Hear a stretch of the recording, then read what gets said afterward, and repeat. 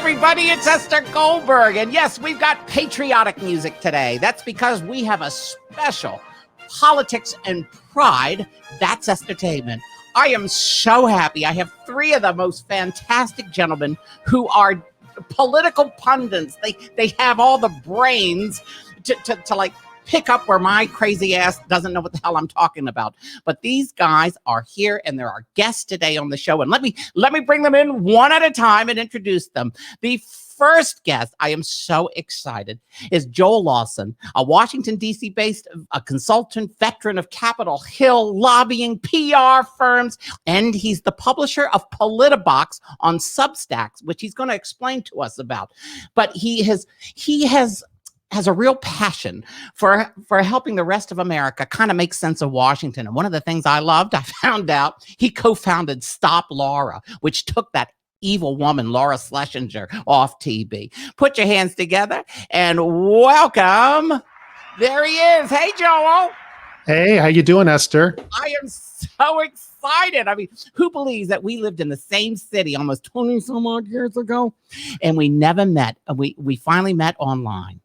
Well, you are famous and infamous, and congratulations on your hitting 2.3 million social media shares across platforms. That is just incredibly impressive, and it's a real honor to be with you. Thank you. It's the honor is mine. And let me go over here. Our next guest is another good friend of mine from Washington, D.C., who I love dearly. I mean, our friendship goes back to 1999 or 2000. James Milner is the director of the Virginia Pride, an organization dedicated to making Richmond a better place for LGBTQ people. And oh my God, he's got so many other things and so many other credits. And we're going to talk to him about it. But, you know, he's a self-proclaimed political and pop culture junkie. Please welcome the handsome, there he is, James Milner. How are you, James? I'm wonderful, Esther. How are you? I'm fabulous. I hope our Aunt Vino's watching out there in Park City because you know she is. Me too. Know she is. And you and I go back way. In fact, you introduced me to Joel. I did, and I also introduced you to. Well, you kind of discovered Bino on your own, but you had met her with me back in DC in 1999. I came to that basement that you used to perform in, as we call it. It was a Latin club. It was a Latin club on 17th Street. I prefer to call it that. And but yes, we used to come. I think you used to do bingo there. Did you not? Yes, I did. I did bingo. But yeah, and you introduced me to Joel. You were here visiting me in Las Vegas, and we were watching the Which election was it? That was the. What was that? The 2019 maybe Virginia elections. It was a mid-year election, so I think Virginia must have been the 2019 Virginia elections because we were sort of waiting to see what would happen with our General Assembly, which is when Democrats took control of the General Assembly in Virginia. Right, and you said I must meet Joel, and so you connected us then, and it's been love ever since. Love ever since. Great. All right. My next guest, he and I go back a long time too. He's a producer. He's even worked in the White House, produced Donahue and Oprah. He's a friend. He's a political. Okay, he's going to get me on this one because I spelt it wrong. Satirist. I love him dearly. Please welcome my good friend, Frank Hagan. Hey, Esther. How you doing? Frank, I'm doing Hi, guys. Now, it's so funny. I've met all three of you in different ways, all in sort of like gay type establishments. I mean, Frank and I met at the Abbey about how long ago? Almost 2004. You had just lost your virginity. Oh, wait a minute. I'm sorry. Wrong century. Really? So anyway, guys, we have so much to cover and talk about. And I have this funny feeling that, oh, wow, look at all the people. Please feel free to comment, people, and ask questions, and we'll pick it up here on the side. So, Joel, one of the things that we've all been waiting for with Pride Month is the Fulton verdict with the Supreme Court on gay adoption. Could you kind of explain that to some of the people who don't understand what's going on there? Sure. It's a case before the Supreme Court. I am not an attorney. I'm not usually a legal expert in any way, shape, or form, but the general outlines are it's Fulton versus the city of Philadelphia, and it's a case about adoptions and foster placements for same-sex couples, and Catholic charities of the operating in the city of Philadelphia receive a contract from the city, as do other social service agencies, to do placements. And they say that placing with same-sex couples would violate their religious beliefs, and they don't want to have to do that, even though they're doing this under a taxpayer-paid, taxpayer-funded contract. So it's before the Supreme Court. The decision is expected sometime before the end of this month, and it's seen as a real indicator, a real bellwether of how this new, very conservative court is going to handle our issues. Which is my next comment and question to the three of you. We have this slightly conservative Supreme Court that was shoved down our throats. Just a little bit. Just a tiny bit. And it's like, in some instances, they went against what I hate saying his name, Trump wanted. They voted differently. How do you all think this? What do you think is going to happen with this verdict? Do you have any predictions? Do you think that Barrett, that evil handmaiden, is going to side with the church? It's very, very scary. What could possibly happen? Yeah, I expect that, obviously, I think they're going to side with the Catholic Charities organization in Philadelphia. And I think one of the questions here, and if you listen to the oral arguments or read about them, really the debate was not about religious freedom in this case. It was about what the role of the government was in administering adoption contracts. So was the Catholic Charities a contractor to Philadelphia, or does Philadelphia as a government entity have the ability to regulate adoptions? And so where does that fall? So I think it's really much, I think the religious conservatives are going to find a way to say that Catholic Charities has the ability to make its own decisions because it is simply a contractor to the government. It is not a government agency in and of itself, and that the government therefore cannot regulate that. And so I think that's what's going to happen. I think we're going to see a 6-3 or 5-4 decision in that instance. Sort of like the bakery situation. Remember the whole bakery and the cake? It's like, goes back to, personally, I would have just gone to another baker, but I could understand they wanted to create a case, set of precedents. But, so you're basically saying it's sort of like that, right? Like that it's a private business's choice, so to speak, to choose, not to let certain people adopt. It's a slippery slope.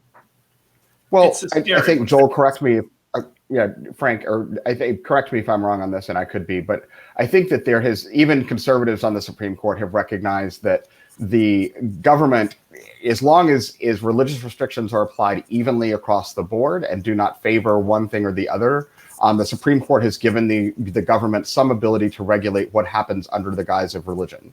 But if you are dealing with a sort of a tangential body like a Catholic charity to the government, that does not necessarily apply. And that seems to be sort of a very unsexy sort of point of debate within this case, as I understand it to be. Okay, now, Joel, you put a graph, a chart up the other day, and you sent it, and I read it, and it was about the approval of gay marriage. Is what, like, was it? Correct me if I'm wrong. It's like 70%. Right. This was Gallup. Yeah, a new poll by Gallup showed 70% support among Americans for same-sex marriage, and for the first time, it showed that even Republicans, people who identify as Republicans, support same-sex marriage by 55%. It's the first time that self-identified Republicans, a majority of them, are with us. Mm-hmm. So, and they had been the holdout among all the different demographics in that poll. Right. So it's just remarkable. And that's up from 27%. Only 27% supported us back in 1996. So it's just amazing. So it's great strides, but there's always the caveat with it.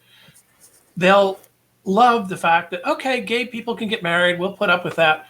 Now we've got trans people to go after, so we can forget about them and let's move on to the new category. That is the frustrating thing. They found their new hate factor. And I'm disgusted by the fact that 8, 9, 10, 11-year-old kids who are trying to become aware of who they are petrified of doing it. And if they do it in Mississippi and states like Alabama, if they admit that they are a trans person, they can't get medical. Their parents could be thrown into jail for child abuse. I mean, let's face it. They're back to their old game. They just moved on to a new target. Right. They picked another segment of the LGBTQ population. Yeah. Is what they've done. Now, do you think, okay, these cases like this is obviously going to make its way to the Supreme Court, right? Yeah. Agree? And unless we get in there and switch a few people, send them out shopping and, going out on a shoot like what Scalia did, you never know. But, we have to kind of get this thing back to a little, even 5-4, instead of the 6-3. But, I mean, the odds are against us with them turning. Do you honestly think that the Supreme Court could turn back gay marriage? Do you think that there's the possibility they could do something to totally Roe v. Wade? That's what they're trying to do. Right. I mean, there's a precedent of tearing apart precedents. I mean, this is just ridiculous. Okay, good point. So you're saying if they can do if they get away with Roe versus Wade, they're going to go after the LGBTQ community. They're going to go after everything that isn't white, upper class, and no offense, Joel, Presbyterian, because that's what they want. They want America to be a WASP country. I'm just waiting for them to get stung. Okay. Yeah, I mean, I think what will happen. I think what the likely scenario there is that they will do what they have done with Roe v. Wade, which is to erode it to and allow certain restrictions, certain whether for example whether a state has to ascribe all the same benefits to a same-sex couple as it does to somebody else, and can they narrow that in a way that so that you end up again with different states having sort of different patchworks of rights for same-sex couples as opposed to heterosexual couples. So I think we'll see that. I think one of the things that people also don't realize is that same-sex marriage, I mean, it's wonderful that 70% of Americans now support this, but we only have it by the very skin of our teeth, by a single vote on the Supreme Court. That is not a right that was granted to us by the government. It was a right that was granted to us by a single vote on the Supreme Court. And so, the notion of that, I mean, I think we have now become almost complacent in the sense that we have this right. But to Frank's point, with this now conservative majority on the Supreme Court, who knows what's going to happen when these cases start that are tangential to the right to marry start to hit the Supreme Court's doorsteps. And I think we're going to see an erosion of the right. I don't think it's got. I would be very surprised if we don't start to see minor challenges to the law that narrow its scope in some way that allows for same-sex couples to be treated differently. And it's not going to be a baker. No. This is going to be something that's going to involve an insurance company. It's going to involve education. It's going to involve something where they can pull the boogeyman out. Parental rights, yes, those types of things, yes. So. Okay. So what do you think? Okay. A big topic is, as we all see all the comments going through Facebook on a daily basis. So what do you think about this adding justices to the Supreme Court? Do you think that's going to go anywhere? Oh, please. You're referring to the packing of the Supreme Court. I just want to know which one are you talking about, the one that's there now or the one that we'd like to have? Because we have two people on that Supreme Court that should not be on that Supreme Court. They should have been an Obama appointee and carried over. I don't know. I can't even. Well, didn't McConnell say? Was it yesterday afternoon or today? I can't remember. Maybe it was yesterday. I got confused. But what was his latest thing about the John Lewis law that he didn't support? He doesn't see why we have to have the John Lewis voting rights law. Am I right? Did he do that yesterday, or was I sleeping wrong and dreamt it? I think this may have been around the same time that he said that they can't stand these obstructionist Democrats anymore. Well, of course. But it was, I remember seeing this. I could have sworn I saw it yesterday, but the voting rights. Okay, which is going to take us to our dear friend from West Virginia, Manchin. Wait, what do we do with a problem like Joe Manchin? It's a Broadway bad ending. Michelangelo Signorelli, who's on Substack also, Signorelli report. He wrote a great piece. I think it was 5 or 6 things that we can do about Joe Manchin or in reaction to this dilemma, this obstacle that Manchin is posing. There's a couple other pieces now starting to filter out there. What can we do in reaction to this? I agree with most of them.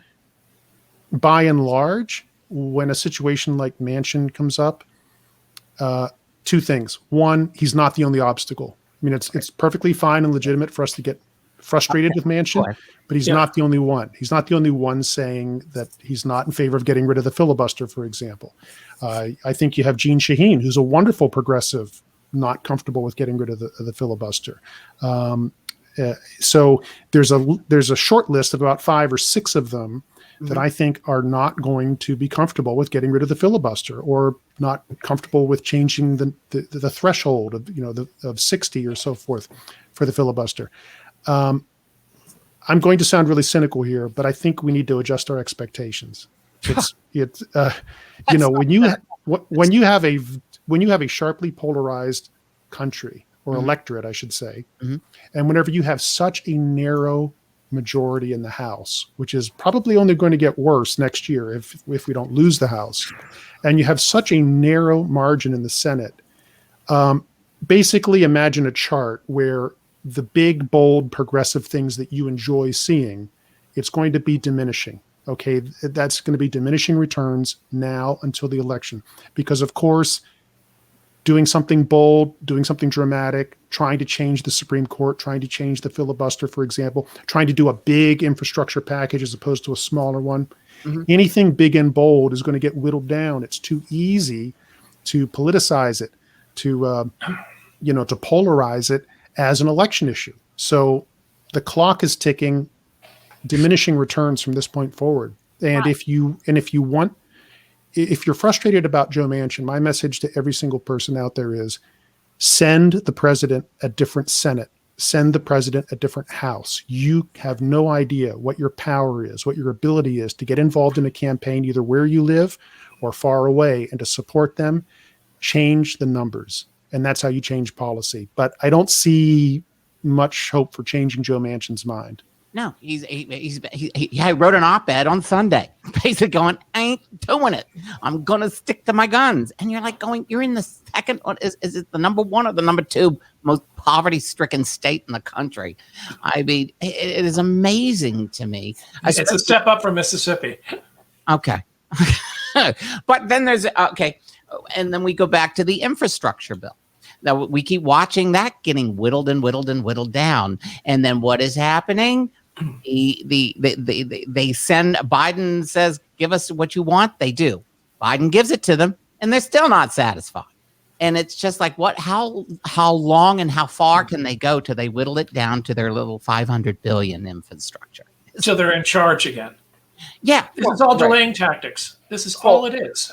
Because right now they know that their constituents are blaming the federal government for the lack of infrastructure in their communities. And so if Republicans can continue to feed that narrative of their constituents and saying that the federal government isn't doing anything, then the federal government in their constituents' minds is Joe Biden, the Biden administration. So the Biden administration isn't doing anything to help them in their communities, is not paying attention to the infrastructure of this country.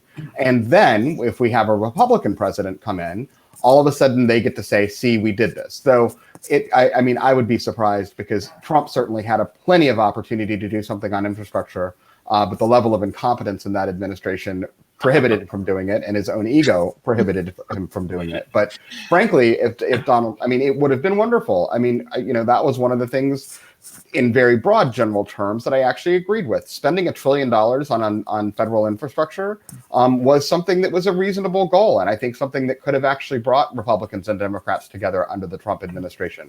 I didn't like the way that they wanted to administer it. I didn't like the way that they wanted to force private investment to match government investment and all this other kind of stuff. Infrastructure is the role of the federal government, period, end of story. We do not need to be using it as a means of enriching, big companies. Which is all his friends. All of his friends, but Right. just like what happened at the border, all of his friends got the money to build the little places that they stuck all the little Mexican kids.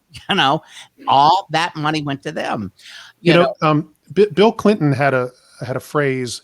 There were a couple of junctures where fellow Democrats on the Hill, were getting kind of frustrated with him for waiting, trying to bring more Republicans in on something. And Bill Clinton and his people had a line. They had a saying. They said, "We want to get caught trying." And so I think what you're seeing right now with the Biden administration is Joe wants to be caught every night, in the news, seen as trying really hard, even if the prospects continue to diminish for a bipartisan package. He's working at getting caught trying. That's a political benefit to him, which in turn is a political benefit to getting the votes for an infrastructure bill. I'm confused about one thing with infrastructure, and please excuse me, but isn't there already something to the effect of $450 billion allocated in the budget for infrastructure? So why can't we just turn around and say we don't need 1.7 trillion? Can we go and move in for 400 billion more? So we get 800 billion, keeps Joe happy, and it keeps everybody happy, and bridges get rebuilt in places where they need it. This is what I don't understand. Basically, surface transportation, the more conventional or traditional understanding of an infrastructure bill, the bridges, the roads, all that sort of thing. There's sort of a recurring or revolving number. What the administration is trying to do is not only restore the country from the damage it suffered from the pandemic, but to try to get it to where it would have been had the pandemic not occurred, right? So that, frankly, takes more money. It takes more creativity. It takes a broader understanding of what infrastructure is. And of course, that gives the Republicans and the reactionaries on the other side an opportunity to say, oh, this item isn't a bridge. It isn't a road. Why are they putting this in here? That's ridiculous. So that's the narrative now through the election. Well, and just like the Republicans chipped away at healthcare in the hot summer of 2009, and just like they chipped away at Hillary Clinton's healthcare proposal, I predict you're going to see quite an engine room set up to go after every single thing in the infrastructure bill that does not smack of traditional surface transportation. Yeah. But there's a lot of catching up to do, not just in inequalities, but there's catching up to do again, as if the pandemic had never occurred. Had we been growing and advancing throughout that time of the pandemic, where would we be now? Where would we want to go next with electric vehicles, with more options for people to work at home, things that were magnified by the pandemic? So that's why you see a more creative, broader scope from the administration on infrastructure, quote unquote. And in fact, I think it's harmful for us to keep talking about it as an infrastructure bill. It's a recovery act, which includes infrastructure, is probably the better way to frame it. Democrats, we aren't good at framing things. We aren't good at talking about things. Defund the police. Thank you. And we have not started. Don't get me started. We have not framed this huge legislative priority, in my mind, in a way that really speaks to people at the kitchen table level. We're not controlling the narrative, and that's where Trump went and did his thing. He went to mom and pop and middle America and resonated with them, and they're believing everything. By the way, breaking news just came down. The company behind the Keystone Pipeline announced it's canceling the project. Done and over. Thought I just came through on CNN. Speaking of infrastructure and gas and oil, and it's done. Well, prepare the smelling salts, because that will, of course, lead to a lot of propaganda claiming that tens of thousands of jobs have been killed by the Biden administration. Again, the narrative, we will be on the defensive somewhat, because people see at the gas pump higher prices. They see the news about oil going to a certain dollar per barrel. And we end up playing defense. We end up explaining how these things are not the creation of an administration. An administration has no control over a futures market, over a commodities market. This is the market at work. Right. Low inventories, high price, high demand, high price. Pandemic, nobody working. But when you're explaining, you're losing. Yeah. That's the problem. Well, also the media doesn't help at all. Supposedly CNN and MSNBC are supposedly our friends. And then you sit there and you see headlines like, I'm looking at it right now. Harris is having a bad week and it's only Wednesday. Biden. That is on CNN. Are you watching OAN? No, I'm looking at CNN. I'm looking at their website. And then there was this other thing about Biden is losing his stature. And I'm like, are you kidding me? It makes me insane. They give more credit to people like Marjorie Taylor Greene. Oh, sorry. I meant to say Marjorie Taylor Greene. Anyway. That's the sound of June 31st. I know, right? Oh God! But I mean, I want to scream because I think you've seen me on my page, right? The last couple of weeks. Where's the DNC? Where's the Democratic Party with their narrative to kind of like bounce things back so that America understands that they're making a big mistake if they bring all these Republicans and elect them into office next year. Where is our pit bull? We don't have one.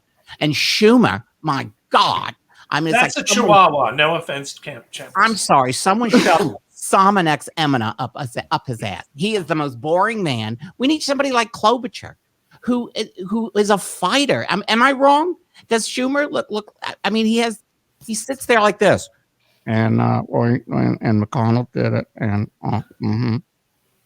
And with the glasses down, he's always reading over top of his glasses. I want to take a bagel. Here's a schmear. Leave. Let somebody put the energy.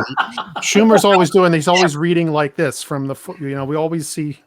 Right. And what a way to connect with young millennials. What a way to connect with young voters. It's like it's like your great uncle is talking to you about what time to get home tonight or something, Is there a precedent in government that only people in seniority that have been there the longest get to be the speaker?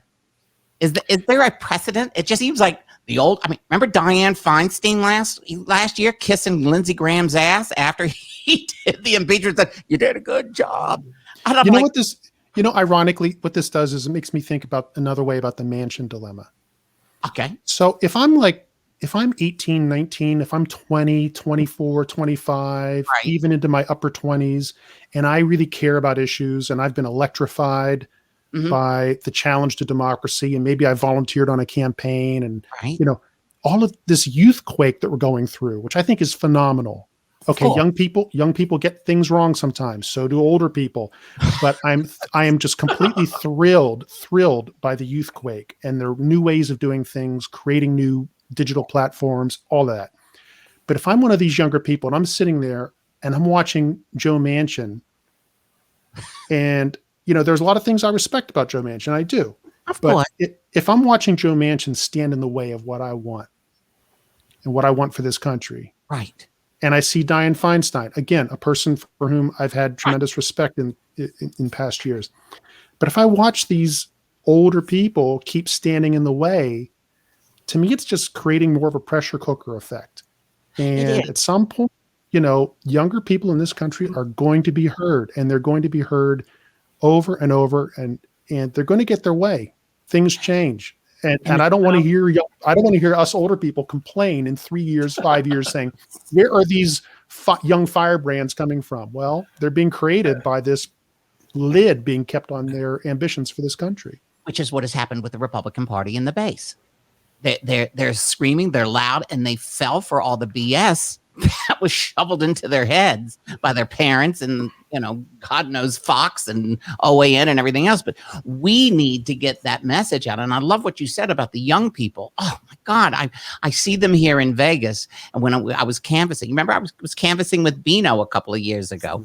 And, but the young, you were so right with the young people, and we have to get them fired up. And what's going to fire them up is when they start losing their rights. They're going to start losing their privileges that we have taken for granted, and they're going to see, this this crumbling of democracy. I hate to even say it, but that's I'm gonna push back a little bit on that and say that while yes, I think that motivation for losing what you have is might inspire some people. Mm-hmm. I actually think that young people are much more aspirational, and I think that what really inspires them is even incremental change that they can see. So, and I think young people are looking at bigger issues, not an infrastructure bill. They're looking at things like racial and social justice, and they are seeing that Black people are being harmed in this country, and that other groups are being marginalized, and that immigrants are being treated horribly. And that's what is inspiring young people to literally go out into the streets. And what happened as a result of all of that is they are now coming into the political system and saying, I can go canvass. I can turn this energy that I spent last summer in the streets protesting. I can now take that energy and go door to door and explain to people the vision that I have for this country as a young person. And I think people respond to that. And I think I really think that that's a lot of what is motivating young people to get involved. And climate change. Climate change is their future. It is. I mean, they've got a vested interest in trying to make sure they have a future. But I was talking. You're talking about the younger people, Joel. I look at AOC. AOC is an articulate, brilliant, competent politician, and she's made fun of by everybody because she is a threat, not because she's bad. Marjorie Taylor Greene is bad. What's that? I almost called him Maxwell Caulfield before, the guy in the wheelchair. Oh, the one that made up the story that he was an Annapolis. What is his name? Cawthorn. Yeah, Cawthorn. Yeah, Maxwell Cawthorn. I was close.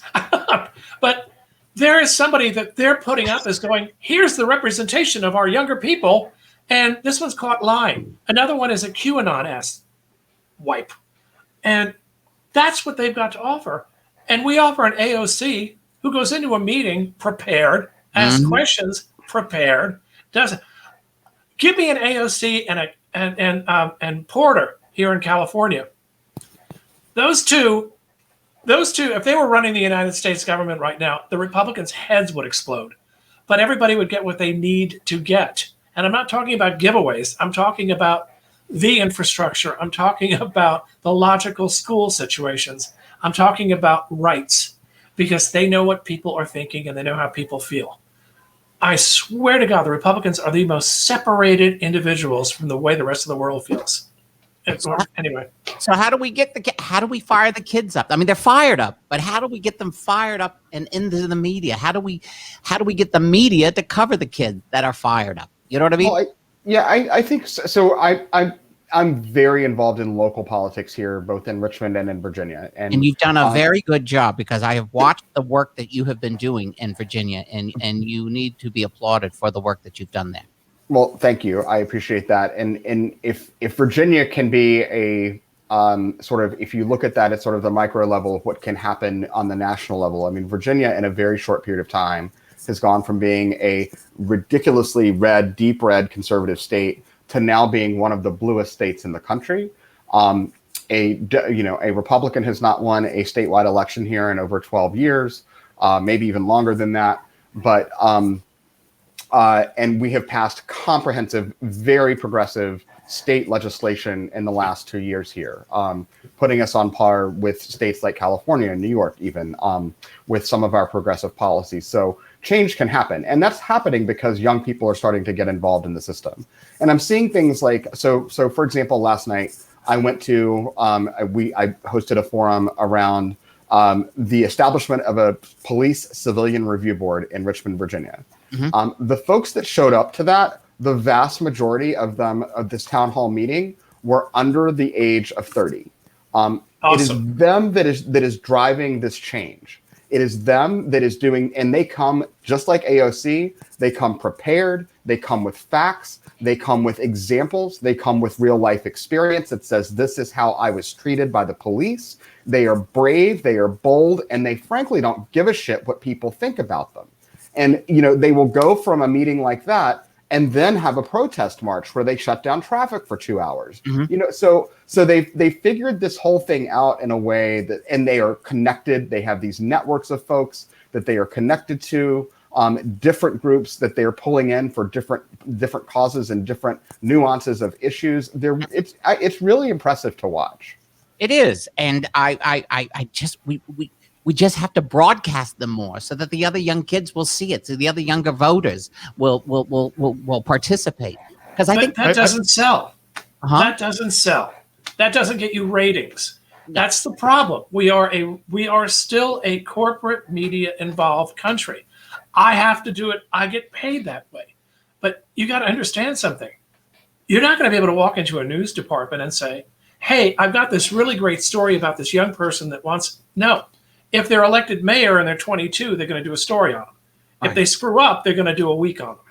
Right. No, But there's two things that brings to mind. Number one, on the change that James is seeing, and I also join everybody in commending him. It's just remarkable. Your state and local politics matter so much. It impacts your life. I mean, you pass a bill in DC, you pass some funding in DC. It takes a long time for that to change your life, you know. But state and local and county, it's so important and it's so impactful. But when you think back to the 60s and the 70s, the last time there was a huge youthful protest movement in this country around Vietnam, around civil rights and so forth. Over time, there were a number of figures who were in the street, and protest after protest, then they thought to themselves, no, I want a seat at that table. I want to be in that building that we're outside protesting. And that's where you saw figures like a young Ron Dellums, the late congressman from California, Ron Dellums, current congressman recently re-entering Congress, Kwesi Mfume of Baltimore. You saw these figures go from the street into the halls of power. And also some of them became incredibly effective legislators. They were able to sit and work with moderates and conservatives. I mean, I personally saw Maxine Waters work with some moderate and conservative figures that it would just blow your mind. I mean, there is an ability there for them to sit together and hammer something out, or at least there used to be. And Ron Dellums ended up becoming chairman of the Armed Services Committee. And people some conservatives ripped their hair out. They thought, oh my goodness, this radical from Berkeley is going to be in charge of our defense budget. He did a darn good job. Kwesi Mfume did an amazing job, and he's back. I'm glad to see him back. So over time, these people will take to heart that saying that the late Shirley Chisholm said. She said, if you don't see a seat at the table, bring a folding chair. You know, they will put down the megaphone and say, I want a seat at that table. I want to be in that building that we're protesting today. And that will happen. Now, a lot of these young people who are voting age and voters and whatever, a lot of them in their 20s have never experienced bipartisanship that used to occur in our government. You know, where they would actually go have a cocktail. Tip O'Neill would go over and hang out with Lyndon Johnson. You know, they'd hammer it out. Reagan and them, they would all yes, we didn't sometimes agree with the other side, but these young people have only seen what has happened since I take it all the way back to Newt Gingrich and the Contract on America, and then you added the Tea Party, but it all started with Newt Gingrich. But this whole nasty bitterness that is there, which brings me to Liz Cheney. You know, Liz Cheney and what happened with her in the House. She doesn't agree with everything in her party. She agrees with other things in her party, but she was trying to do what her father did, in a sense. Tried to come to the middle on things. How many Republicans? There's no alcohol here. How many Republicans will it take to turn the trend, to turn the road so that maybe these young people can see what government really is like instead of this nasty divide that's so far apart? Did I make any sense in what I'm saying? You did, and I think you know, and using Liz Cheney as an example, and I think we have to be careful about giving people like Liz Cheney too much credit. And I'm not giving her a lot I think because she is a very deeply, virulently conservative person, and who is, you know, against most of what Democrats would be proposing. She does deserve credit for the fact that she, like her father, again, I think it's those words are difficult to say sometimes, but she comes from that group of Republicans that is willing to put the Constitution and the rule of law above and anything else that happens, regardless of what you wish an outcome might have been. And I think that's, unfortunately, she is very much a dying breed within the Republican Party, because the Republican Party is no longer the Republican Party. It's the party of Donald Trump. And Donald Trump and his followers could care less about the Constitution. They couldn't care less about the rule of law. They would do away with all of it if it greased the wheels for them to get done what they wanted to do. Donald Trump didn't want to, which is steal money, which is to reward special interest, which is to, preserve this country for rich white men and some women. I think that, the Constitution to them was not the thing that kept you in the rails. It was the barrier to you getting things that you wanted done. And I think that's Liz Cheney doesn't go that far. But you're right. But she's the only person I could use at this point. A little bit of Mitt Romney, a little bit of Lisa Murkowski. I mean, they seem to want to try to work with the other side. But those are the difference between Republicans, because everybody else in the entire group are Republicans. Right.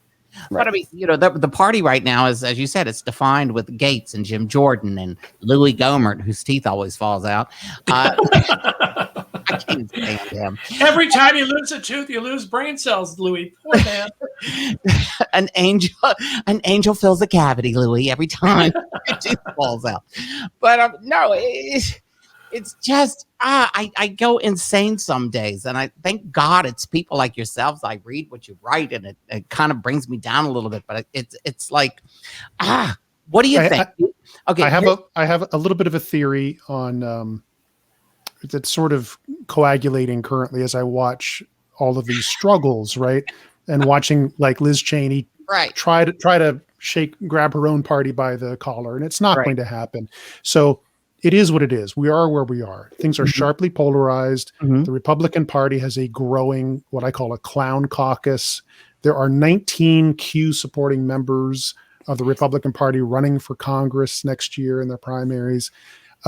We are where we are. And Christopher Hitchens, the late Christopher Hitchens, used to tell a story about a friend of his who was a human rights activist and political activist in Israel. And Hitchens called him up one day to ask him how things are going over in Israel with Israeli politics, which can be very divisive and very heated. And this friend of his wanted to know about American politics. And the Israeli political activist said to Hitchens the famous phrase, he says, "I see encouraging signs of polarization."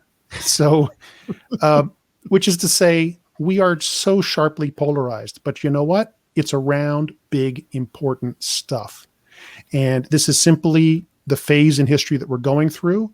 We cannot change it. You are not going to bring down the temperature. It's a matter of how we get through this, what we do with this energy, what each of us individually does with the energy, how we appeal to our elected representatives, how we change the numbers in those bodies, those elected bodies, be it at the county level, the local level, municipal, all the way up to the federal. The polarization is not going away. These Republicans like Liz Cheney, like Mitt Romney, that are trying to do the right thing at times, they are like Nelson Rockefeller at the 64 Republican convention, where they tried to speak against the John Birchers. Back then that was a wage that was a fight they could wage and win a little bit. They could hold it back a bit. That fight is over for now. It's not going to change. It's not going to change. We have to use the polarization around these big issues, change the way we do communications, be more creative, and just kind of ride the tiger better and smarter. Well, a lot has Joel, to your point, what we need to do is we need to use reconciliation to get the voting rights bill passed. Because if that goes through and becomes law, we then can start controlling how these people are trying to destroy local elections so that they can take over locally in states and counties by saying, hey, this is ridiculous. That's not how we voted. There was voting fraud. So we have to. So the entire election can be undone by a state, by a governor. Don't look to Washington to save voting rights in this country. Don't look to Congress or to Washington to save voting rights. That Arizona audit, which is really I call a fraud it. There's a template for that. If that's just a template, of course, they were warming up to do something like that in Pennsylvania in the legislature. They just didn't get the chance. They didn't have enough runway to pull it off, but they're going to do it next time. A lot of states are going to do it next time. Oh, yeah. I would love to see at least I would love to see the big bill pass on voting rights, or then fall back to the John Lewis bill. I would love to see it. I'm not hopeful. My message is, don't count on this town to save democracy. Count on yourself to save democracy. Look in the mirror. The person that's going to save democracy is in your mirror. Go to your state house, go find out who your state senator is, your state rep is, stay tuned, stay attuned, pressure them, watch the elections, because we're going to see this kind of emerging between soft democracy and soft autocracy. That is what's coming. And it's going to have to be fought at the local level. Washington is in no condition with the margins here to save it. Well, Georgia isn't a prime example of how your vote matters. Same way with Arizona. Same way with Nevada. Our vote matters. Explain I know we understand it, but there's people that are listening that are going to be listening to this podcast and they don't understand. Explain the process of reconciliation, how that works. Because I know there's people there that just said, what is that? If one of you could explain it in layman's terms, what that means, how would a bill get passed if it can't be filibustered and we don't have a 60 whatever vote? Oh my goodness, it gets way. Is it too difficult to go into? It would take an entire panel discussion. I used to work for a member of the budget committee. The process is. They can pass a bill through reconciliation, which is so the most layman's terms would be there's the quote unquote normal traditional way to pass a measure, right? Pass it in both chambers. Then you have a conference committee. The conference committee hammers out the differences between the House version and the Senate version. They send it off to the president. The president signs it. It becomes law. Right. In reconciliation is because of the budget constraints. It's more about it's sort of like a backstop or a backdoor way to get something passed. It requires different margins of voting. It's therefore more difficult to pull off. It's therefore when something is more difficult to pull off, that also means it's easier for people to gum up the works of that.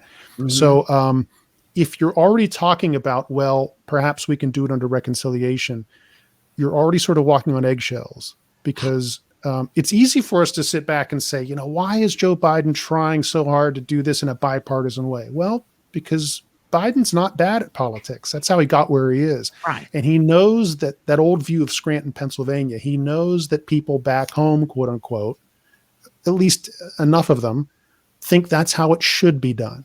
They want to see people just come together and get something done and just do the people's business, right? They have this sort of, you can call it naive, you can call it retro, whatever you want to call it, but that's what they want. That's how they imagine government should work. And it is indeed how it should work. It's how it used to work. So, we start to pull out these sort of, these shortcuts, and the shortcuts are tricky. And the shortcuts, the fallback plans are a little more delicate. And again, remember that clock I was talking about. That clock is ticking as we head towards, a very vital midterm election next year. If you have to rely upon those backstop ways of getting something passed, it gets tricky. It gets tricky. All right, guys. They can propagandize it more. You guys have been wonderful. We could go on for another 2 hours and we haven't even scraped the top. You all want to do this again? I would love to do this again. I'd love to. Like once a week, maybe once every 2 weeks if you've got the time. And I just, believe it or not, I'm looking at the numbers. I see things that you don't see. And the numbers have been consistent since we started with the amount of people watching. They haven't left.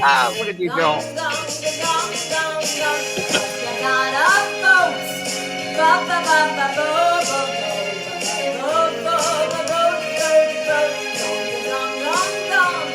You gotta vote.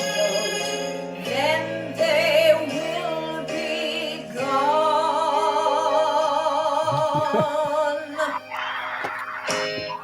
Thank you, guys. Have a good one. Bye-bye. Take care.